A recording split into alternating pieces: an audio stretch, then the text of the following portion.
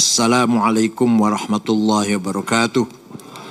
Bismillahirrahmanirrahim. Yang saya hormati Bapak Dirut Telkomsel, Bapak Sutianto Hantoro. Namanya harus dihafal dulu 7 kali biar baru hafal. Para direksi yang lain dan rekan-rekan dari PBNU, Sekjen, Wakil Sekjen, dari NU Channel, dan Mbak Aziza.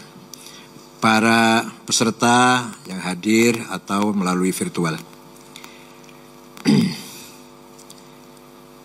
Dakwah itu mengajak.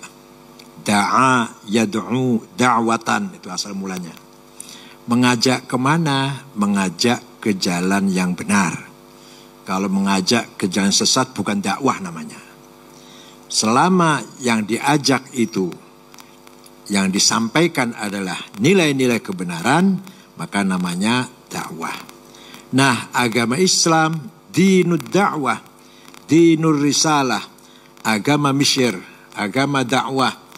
Maka sering sekali bentrok dengan sesama agama dakwah, yaitu Kristen.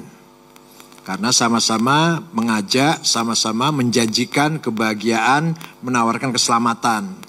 Beda dengan agama Hindu, Buddha, Konghucu, bukan agama dakwah, Yahudi, eksklusif hanya khusus untuk keturunan Bani Israel. Nah, di sini Islam dan Kristen sering bersinggungan, sama-sama agama misyir, agama risalah. Nah, cara dakwah sudah digariskan dalam Islam, dalam Al-Quran tegas sekali. Saya yakin semua orang baca. Ud'u ila sabili rabbika bil hikmati wal mau'izatil hasanati wajadilhum billati hasan.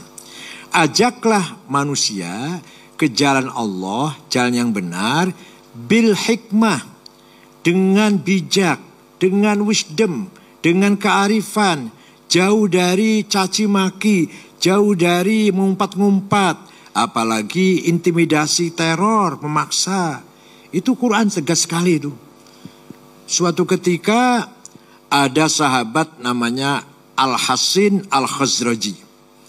Anaknya tidak mau masuk Islam. Dirayu, dikandani, diajak, dilobi, nggak mau. Akhirnya si ayah ini habis kesabarannya. Saya bunuh kamu. Begitu ada seorang ayah menteror anaknya, turun ayat Al-Quran, La ikraha fiddin. Tidak boleh ada kekerasan, ada teror, ada intimidasi, ada ancam-mengancam dalam hal agama. Oleh karena itu, Nabi Muhammad, kalau kita baca sejarah, tapi silakan baca sejarah kalau mau lengkap kitab Al-Kamil, karangan Ibnul Athir, itu sejarah Islam lengkap 13 jilid. Bahasanya Arab, kalau bisa baca silahkan. Ya kalau hanya baca ringkasan sejarah yang pelajaran Salawiyah ya nggak cukup pasti. Nah, sejarah Nabi Muhammad tidak pernah beliau sekalipun tidak pernah menteror, menakut-nakutin, tidak pernah. Orang lain tidak pernah. Bahkan Al-Quran sendiri mengatakan, walau syaa rabbuka la ja'al la amana man fil ardi jami'a. Walau syaa rabbuka la amana man fil ardi jami'a afa anta tukrihun nasa hatta yakunu mu'minin. Seandainya Allah mau menghendaki, niscaya manusia di muka bumi ini Islam semua. Tapi Allah enggak menghendaki. Afa anta tukrihun nas? Apakah Muhammad akan memaksa manusia hatta yakunu mu'minin, agar manusia semua beriman dengan Islam? Tidak boleh Muhammad. Itu Quran itu. Ya seandainya Tuhan menghendaki, niscaya di muka bumi ini Islam saja yang ada. Itu Tuhan tidak menghendaki. Biarkan agama ini beragam, biarkan budaya beragam dan semua pun beragam.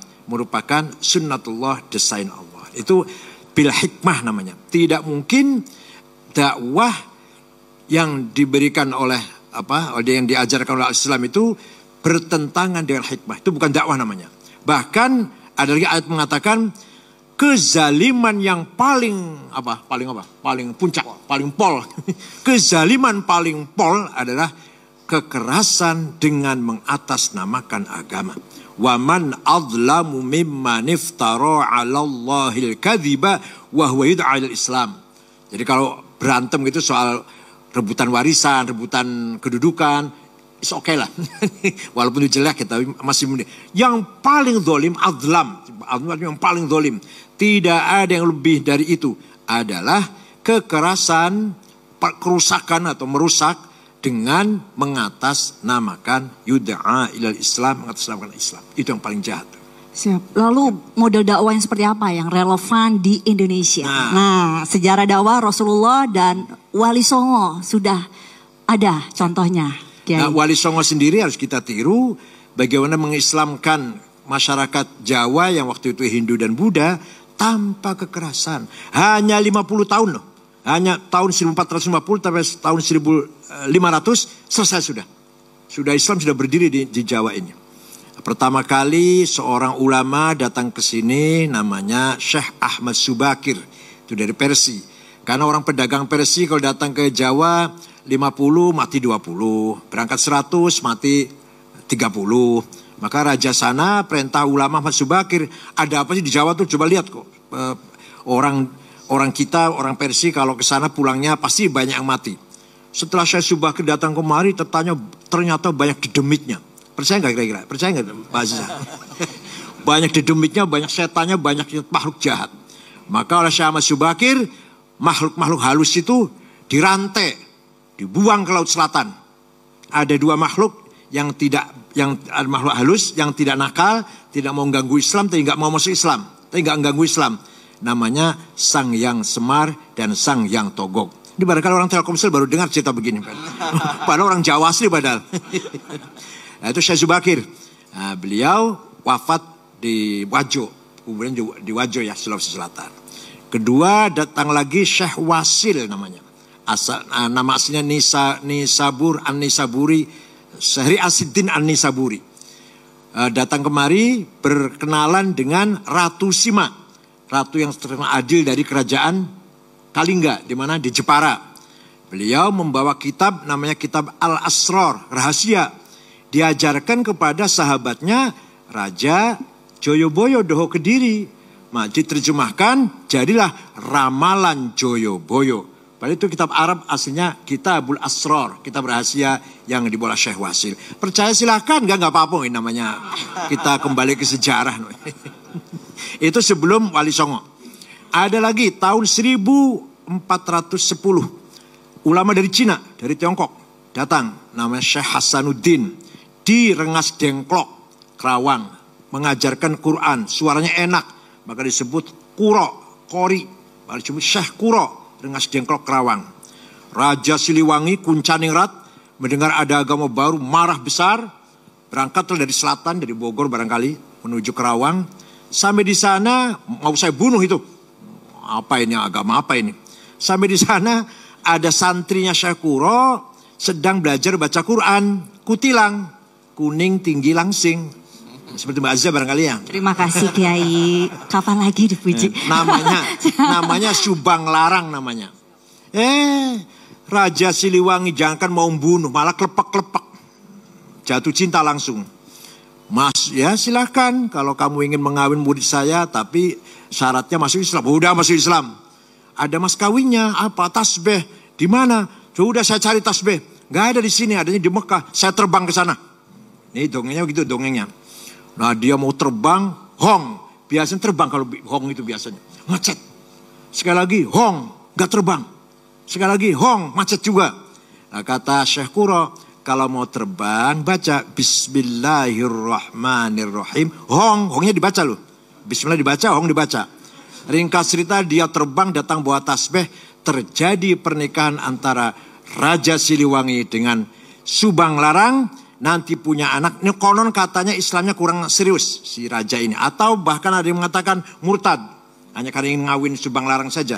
Tapi nanti punya putra Syekh Rahmatullah atau Prabu Kian Santang yang kuburnya di Godog Garut itu yang akan mengislamkan seluruh Jawa Barat. Kecuali Patih Pucukumun dengan pengikutnya suku Baduy di Malimping. Agamanya tetap Karuhunan Sunda Wiwitan. Nah, nanti akan Syekh Rahmatullah punya adik namanya Abdullah Iman atau terkenal dengan Ki Kuwu Cirebon. Itu ya bupati lah. Nanti punya adik lagi perempuan namanya Rara Santang atau Syarifah Mudaim. Dinikah oleh seorang Habib dari India namanya Abdullah Azmat Khan punya anak siapa Pak? Sunan Gunung Jati. Ya Sunan Gunung Jati itu dari ibu cucu Prabu Siliwangi, dari bapak Habib dari India, turunan Gujarat, namanya Abdullah Azmat. Cerita begini sulit tuh, dikira gampang apa? Dikira baru baca kemarin apa? Itu kok bisa tahu semua ya Bu ya, hebat ya, luar biasa ya ilmunya. Subhanallah. Datang Islam kemari, mohon maaf, ini bukan saya merendahkan agama lain. Agama Hindu kan berkasta-kasta. Brahma, Satria, Sudra, Veria, Waisa. Nah, masalah agama hanya Brahma. Yang lain gak usah tahu lah. Orang kecil gak usah tahu. Ini ikut aja. Tidak boleh baca kitab suci. Waisa, Varia ini, Sudra ini. Agama Islam datang. Semua orang Islam harus bisa baca Quran. Walaupun minimal Al-Fatihah harus bisa. Jadi mereka kaget. Seumur-umur baru boleh baca kitab suci kalamnya Tuhan kalau masuk Islam. Kalau nggak masuk Islam sampai kiamat kurang 2 hari nggak mungkin baca kitab sucinya Tuhan. Itu yang menarik. Kemudian bahasa Jawa, mohon maaf bahasa Jawa.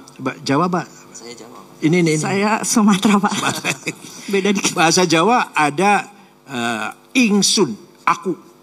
Itu ingsun gak boleh orang kecil Sudra, Varia, Waisa mengatakan ingsun, menggunakan ingsun. Itu raja itu ingsun. Kalau orang kecil itu kaulo alit, budak kecil.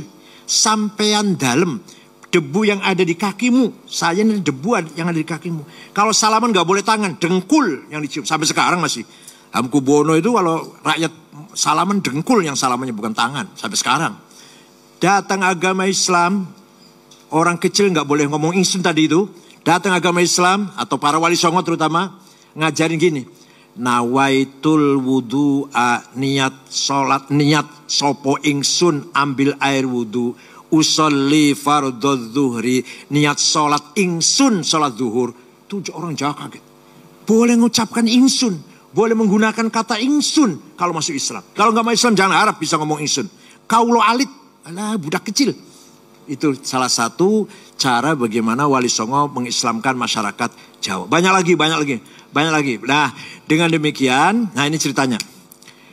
Raja Brawijaya V, Raja Majapahit terakhir Brawijaya V, namanya Kertanegara namanya, atau Kertonegoro lah. Punya istri 600 Pak, istrinya. Nggak apa-apa. Raja nggak apa-apa, kalau direktur Telkomsel nggak boleh.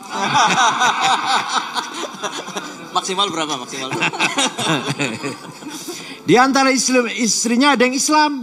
Dari Champa ya, dari Kamboja, Cina lah. Namanya Subanci atau Dewi Retno. Orang Jawa panggilnya Dewi Retno. Punya anak laki-laki. Namanya Jinbun. Si anak ini setelah muda nakal, setelah remaja nakal, ibunya Cina ini. Diusir dari kerajaan Majapahit, jalan ke arah timur, masuk Ampel Denta, Surabaya. Jumpa dengan seorang ulama namanya Syekh Rahmatullah atau Sunan Ampel. Rahmatullah itu putranya Syekh Ibrahim Samarkandi. Orang Jawa bilang Ibrahim Samarkandi. Yang mendarat di Kecamatan Palang Tuban. Bawa anak 2, satu Ali Murtado, satu Rahmatullah. Dan keponakannya satu Abu Hurairah namanya. Masuk Islam si Jinbun di tangan Sunan Ampel. Ya, 5 tahun masuk Islam, hafal Quran, paham Islam. Dia ngomong sama gurunya, Syekh, saya anak raja harus jadi raja. Saya anak penguasa harus jadi penguasa. Oh ya silahkan nak, saya doakan. Saya orang tua hanya mendoakan lah. Kalau saya sendiri nggak ingin jadi raja, nggak ingin. Karena orang tua kan. Tidak lama, ringkas cerita, berdirilah kerajaan pertama Islam di Jawa, Demak Bintoro. Rajanya adalah Jinbun. Oh ya, namanya diganti oleh Sunan Ampel, Abdul Fattah. Raja pertama Islam namanya Raden Abdul Fattah, Raja Demak Bintoro, yang notabene putra Raja Brawijaya V yang ibunya Islam. Bapaknya kaget melihat anaknya jadi raja Islam. WA ke yang anak yang satu, Prabu Sriwijaya di Sumatera Selatan, namanya Aryadillah. Nah, Jinbun jadi raja Islam, gimana komentar kamu? WA-nya di reply, yang terhormat ayahanda, mohon maaf, saya sendiri sudah lama masuk Islam. Nama saya sekarang bukan Aryadillah tapi Fatahillah. Bapaknya kaget, anak masuk Islam semua. Lama-lama orang Jawa berbondong-bondong ikut Demak.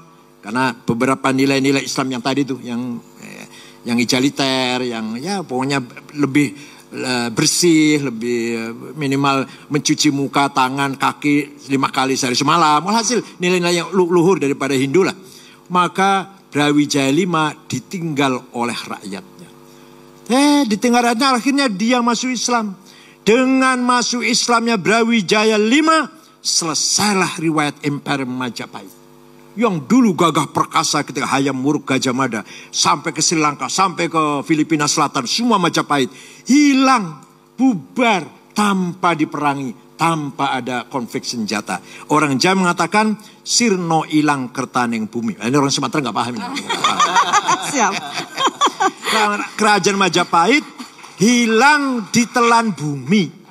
Terus ada yang tanya, ilmunya kemana? Raja Majapahit karena katanya sakti, bisa terbang, sakti lah. Raja-raja kan sakti.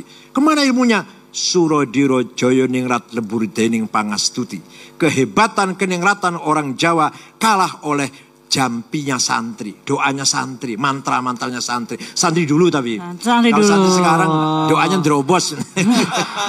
karena keseringan bikin proposal. Jadi hilangnya Majapahit, hilangnya Pajajaran tadi karena kawin dengan Subang Larang, hilangnya Sriwijaya tanpa peperangan, bil hikmah. Nah, kalau relevansinya dengan yang sekarang ini gimana Kiai? Ada banyak sekali ceramah dan konten Islami terkait hoax, konten yang isinya mencaci, membenci. Pasti orang itu tidak paham Islam. Pasti, saya jamin. Walaupun kalau paham Islam gak akan keras. Mohon maaf Kiai, mereka juga pakai dalil, mereka juga pakai hadis ya Kiai. Pasti salah paham. Oh seperti itu. Contoh, ayat mengatakan, walladzina hajaru wa khuriju min diyarihim wa udhu fi sabili wa qatalu wa qutilu kaffiran anhum sayi'atihim wa adkhilanhum jannatin tajri min tahtiha al-anhar. Barang siapa keluar dari rumah dan jihad, membunuh atau terbunuh, langsung surga. Betul, ayatnya ada itu, saya tahu, hafal saya. Tapi lihat dong konteksnya turun ayat itu ketika lagi perang Ahzab, perang multi pasukan atau multi apa namanya? Ahzab, multinasional ya. Madinah diserbu 10.000 pasukan, seluruh suku Arab dikoordinasi oleh Abu Sufyan dari Mekah, nyerang Madinah sampai Nabi bikin parit untuk pertahanan. Beberapa kudanya musuh yang besar-besar bisa loncat parit. Beberapa sahabat ketakutan, masuk ke rumah sembunyi. Turun ayat itu, keluar dari rumah, jangan takut. Kamu membunuh, kamu mati, surga balasannya. Jadi ketika ayat itu turun, kita harus tahu apa konteksnya. Lagi perang, masa sekarang lagi amannya bom. Ya kadang gini Kiai, mereka nggak keluar rumah tapi bisa upload, bisa nulis di konten-konten. Nah nanti kita tanya tuh ke Mas Anto, lanjut Kiai. Jadi memahami ayat Quran tidak gampang. Gini ya, ayat Quran itu tidak gampang. Ada berbagai macam ayat tipenya. Ada ayat muhkamah, baku, nggak bisa ditafsiri lah. Qul huwallahu ahad, Allah satu, nggak bisa ditafsir. Ada ayat mutasyabih, masih remeng-remeng, masih perlu ditafsir. Senggolan dengan istri itu batal apa tidak, itu berbagai pendapat ulama. Ada ayat mutlaqah, absolut. Ati'ullah wa ati'ur rasul, taat kepada Allah, taat kepada Rasulullah. Ada yang muqayyad, tidak absolut. Wa ulil amri minkum, taat kepada pemerintah dengan syarat kalau pemerintahnya baik. Kalau nggak baik ya jangan ditaatin. Pada satu rentetan tuh, ati'ullah wa ati'ur rasul ulil amri minkum. Tapi yang dua tadi absolut, mutlak, yang ini muqayyad namanya. Ada ayat umum, am, aqimus sholat, sholat 5 waktu, itu umum itu, siapapun, kapanpun, dimanapun wajib sholat. Ada yang khas, yang khusus. Tadi ayat jihad tadi, ayat jihad khusus namanya, ketika lagi perang. Kemudian ada ayat hakiki, realistis, ada majazi, metafor. Allah punya tangan, Allah punya mata, Allah punya muka, Allah duduk di aras, itu majaz, metafor. Harus ditakwil. Ada ayat nasikhah, mendelit, ada ayat mansukhah yang didelit. Gak gampang, itu minimal 3 tahun belajar itu. Gak mungkin kalau pesan kilat 1 minggu terus hanya pelihara jenggot panjang terus bisa nafsin, gak mungkin. Dan nah kalau ini Kiai, ulama zaman sekarang ini dan zaman dulu itu apa bedanya? Apalagi zaman dulu dalam bentuk negara itu kan peran ulama tuh besar sekali. Kalau dibandingkan dengan sekarang. Sebenarnya gak ada bedanya. Ulama yang memahami agama. Allah berfirman, "Falaula nafara min kulli firqatin minhum ta'ifatun yatafaqahu fid-din wal yunziru qaumahum idza raja'u ilaihim la'allahum yahdharun." Harus ada sekelompok orang, nggak semuanya harus jadi Dirut Telkomsel, nggak semua jadi DPR, nggak semua jadi TNI Polri, jangan. Harus ada satu ya sekelompok orang yang khusus yatafaqahu fid-din, mendalami, memahami agama. Maka nanti orang itu disebut faqih atau fuqaha, kalau orang banyak jamaknya fuqaha, faqih, ulama lah. Kalau kitanya kiai di sini lah. Harus ada itu, harus ada. Nah, fuqaha ini nggak gampang, menjadi faqih ini nggak gampang. Betul-betul memahami tafsir, betul-betul memahami hadis. Hadis ada berapa macam, mutawatir, masyhur, aziz, ahad. Belum dari sisi riwayatnya, sahih, hasan, dhaif. Dhaifnya ada maqtu, munqati, muallal, mursal. Ya Allah, gak sembarangan. Belum nanti masalah ijma, qauli, sukuti, qiyas ada 9, aulawi, burhani, mantiki, jadali, syiari, khitabi, ikna'i. Gak gampang menjadi fuqaha, itu gak gampang. Jadi betul-betul, atau minimal kalau sekarang ya pesantren 5 tahun lah baru lumayan. Itu baru lumayan tuh. Berarti berapa banyak yang instan? Nah, ya itulah. Baru namanya faqih. Kata-kata ulama di Quran hanya tidak untuk, sebenarnya kata ulama di Quran tidak untuk ahli agama. Malah ahli sains ya. Inna masyaallah min ibadul ulama itu ayat itu datangnya setelah menceritakan turunnya air dari langit, tumbuh-tumbuhan, menjadikan tumbuh-tumbuhan berkembang, bermacam-macamnya binatang, bermacam-macamnya gunung. Kemudian innama yakhsyallaha min ibadul ulama, orang yang paham dengan alam semesta ini. Jadi ulama di Quran bukan ahli agama sebenarnya di Quran. Yang di Quran dimaksud ahli agama itu yatafaqahu fid-din. Tafaqquh, yang paham agama. Baik, lalu bagaimana ulama dan NU merespon tantangan dakwah digital saat ini yang semakin kompleks ya? Sebenarnya kita paham ya, kita tahu persis kebutuhan tantangan sekarang. Hanya kita masih mengejar ketinggalan, ya maklumlah kita dari basic pesantren tradisional kalau NU itu. Kenapa? Karena dulu ketika Belanda menguasai pusat-pusat peradaban perkotaan, kiai-kiai menyelamatkan akidah dan akhlak, lari ke kampung-kampung, di sana mendalami agama. Nah, yang di kota orang Islamnya ini hanya memelihara jangan sampai pegawai-pegawai Belanda murtad yang Islam. Jadi pegawai-pegawai Belanda yang kerja di Belanda di kantor-kantor jangan sampai murtad lah.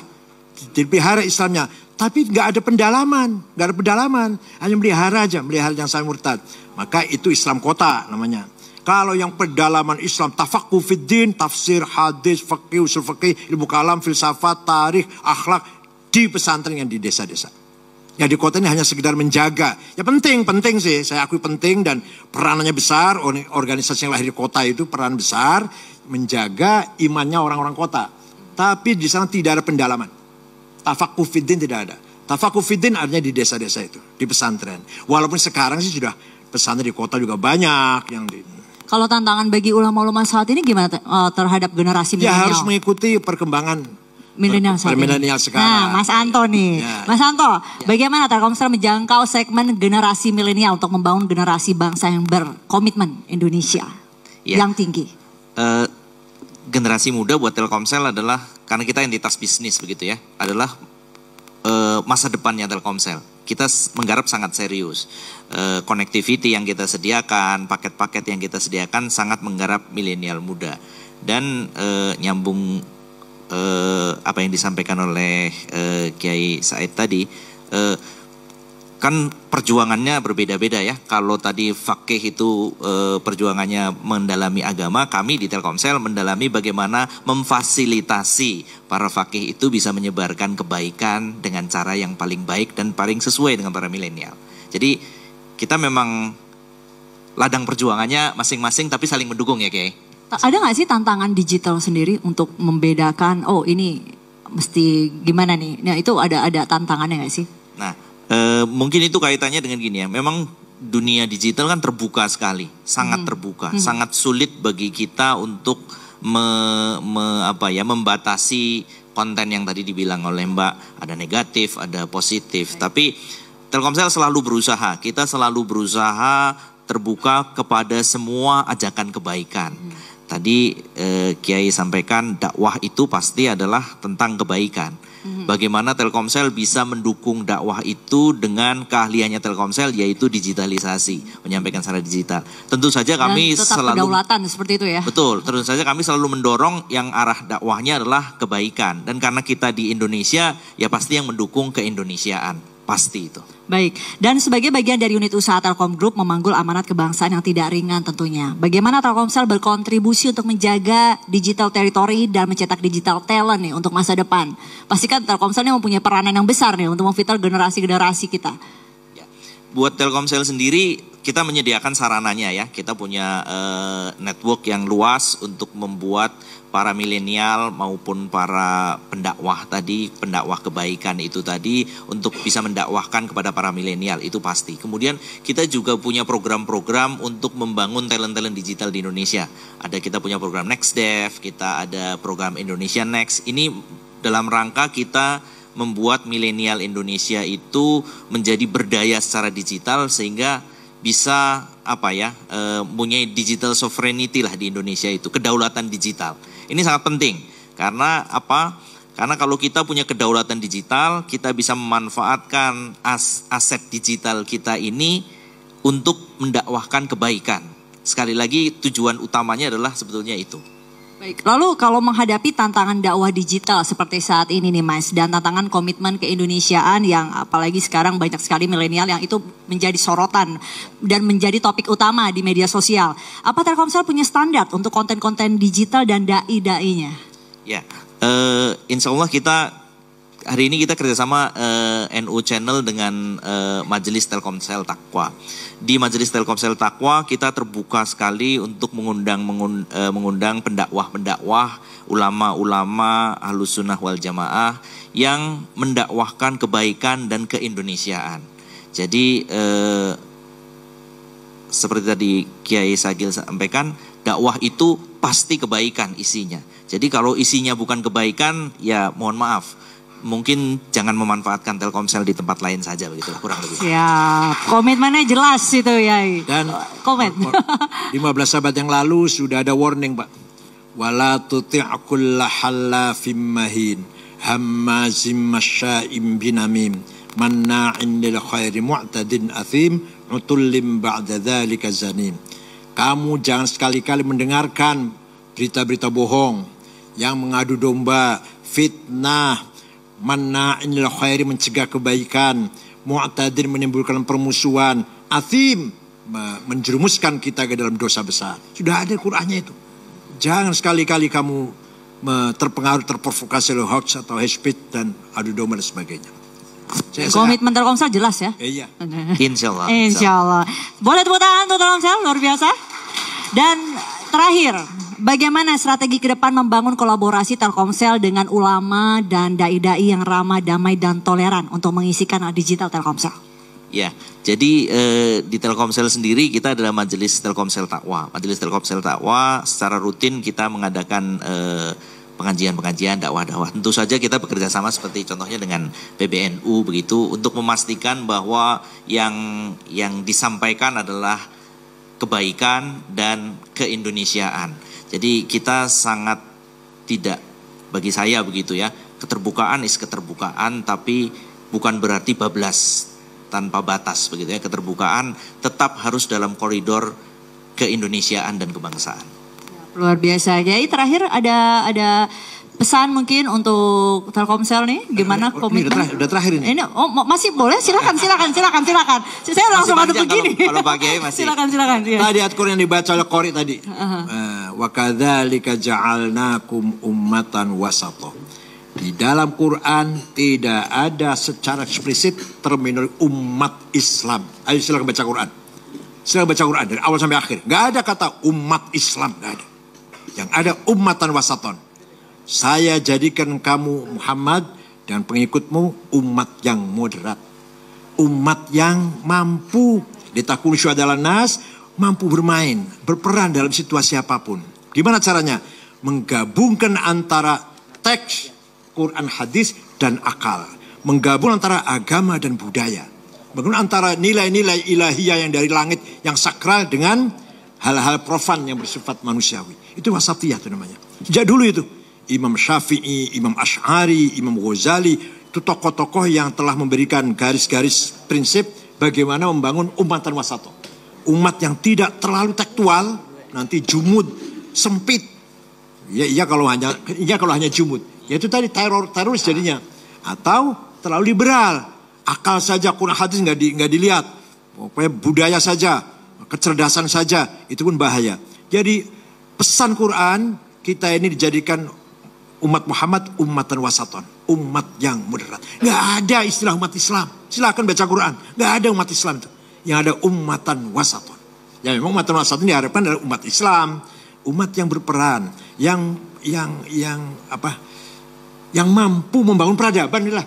Peradaban. Jadi menggabungkan antara nilai-nilai ilahiyah dengan hal-hal profan yang duniawi. Kalau bahasa Arabnya antara akidah, syariah, dan thaqafah hadarah. Bahasa Arabnya itu. Akidah teologi, akidah ritual ibadat dari langit. Thaqafah kemajuan scientific, culture, religi, humanity, hadarah, welfare. Itu kalau bisa menggabungkan antara dua-duanya, antara agama dan peradaban ini, namanya mutamaddin, madaniyah, madani, tamadun, Madinah. Negaranya Madinah namanya. Nah, Nabi Muhammad gak pernah mengatakan negara Islam. Negara Madinah. Gak pernah mengatakan saya membangun negara Islam. Tidak. Negara Madinah. Negara yang adil, beragama, berbudaya, adil, di mata hukum sama, penduduknya muslim pendatang, muslim pribumi, dan non-muslim 3 suku. Dari Yahudi besar sekali jumlahnya, Bani Quraidah, Bani Qainuqa, Bani Nadir, 3 suku non-muslim hidup bersama-sama muslim di Madinah di bawah pimpinan Nabi Muhammad SAW, tanpa pandang bulu, tanpa diskriminasi, semua sama di mata hukum. Subhanallah, luar biasa keilmuan beliau. Boleh tepuk tangan hadirin sampai terkesima semua ya. Ilmunya luar biasa. Baik, terima kasih Kiai atas terakhir. Pesan Nabi Muhammad selalu dibaca oleh khotib-khotib Jumat. Wala udwana illa 'alal zalimin. Tidak boleh ada permusuhan kecuali terhadap yang melanggar hukum. Tidak boleh ada permusuhan karena beda agama, beda suku, beda budaya. Satu aja yang harus kita anggap musuh, yang melanggar hukum.